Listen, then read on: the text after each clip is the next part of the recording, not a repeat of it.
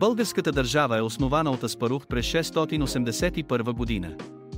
Този исторически момент не е просто дата в календара, а начало на един нов етап в историята на Балканите. Аспарух, син на Кубрат, води своето племе, наречено Отигури, през река Дунав, за да се установи в земите на днешна България.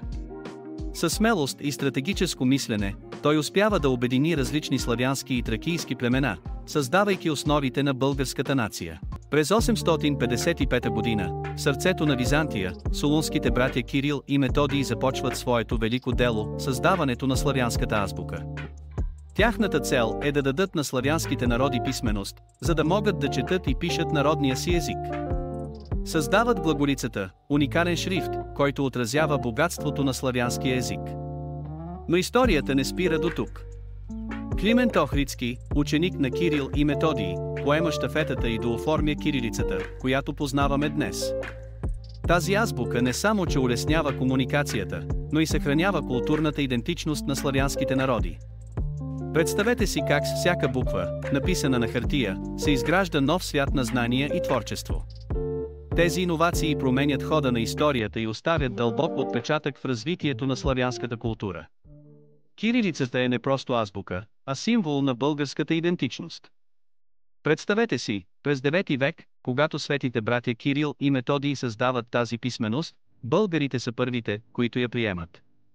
Тази иновация не само че улеснява комуникацията, но и отваря врати за културно и духовно развитие. В оригиналния вариант на кирилицата имало 44 букви, което е значително повече от сегашната българска азбука с 30 букви. Представете си колко богата е била езиковата палитра.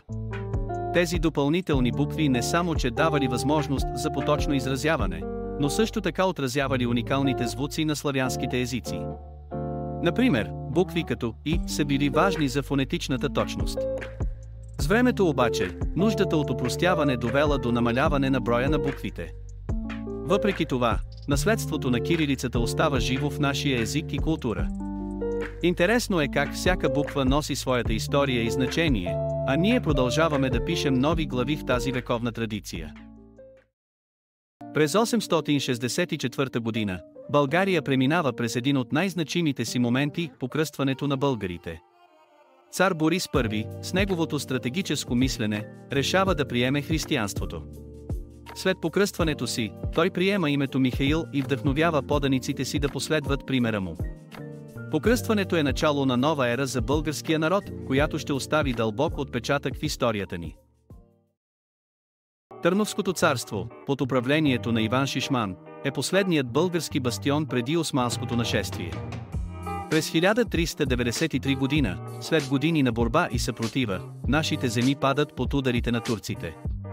Шишман, смел и решителен, се опитва да защити столицата Търново, но армията му е изправена пред огромна сила. Турците, водени от султан Баязид, използват хитри тактики и числено превъзходство. След дълга обсада, Търново пада, а българският народ попада в мрак на османското владичество. Но духът на българите не е сломен.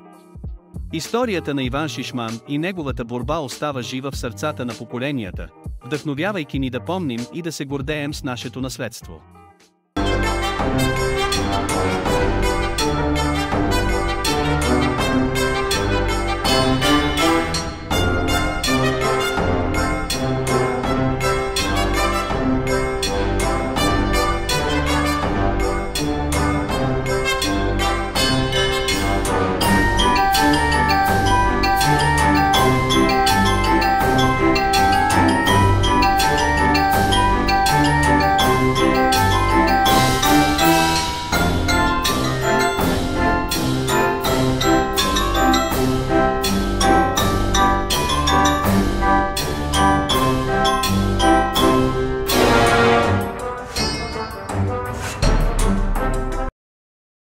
Хан Крум, един от най-влиятелните български владетели, е известен със своите стратегически умения и жестокост.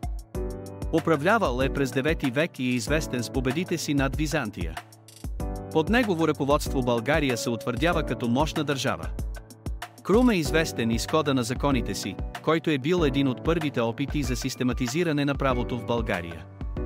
Интересно е, че след победата над византийците, той е заповядал да се направи чаша от черепа на убития им император, за да символизира победата. Неговото управление е оставило дълбок отпечатък в българската история, а наследството му продължава да вдъхновява поколения. Крум е не само завоевател, но и реформатор, който е поставил основите на българската държавност. Цар Самуил, един от най-влиятелните владетели на българската история, управлява през XI век. Под неговото ръководство България достига своя златен век. Самуил не само че укрепва държавата, но и разширява територията й, като води успешни битки срещу византийците.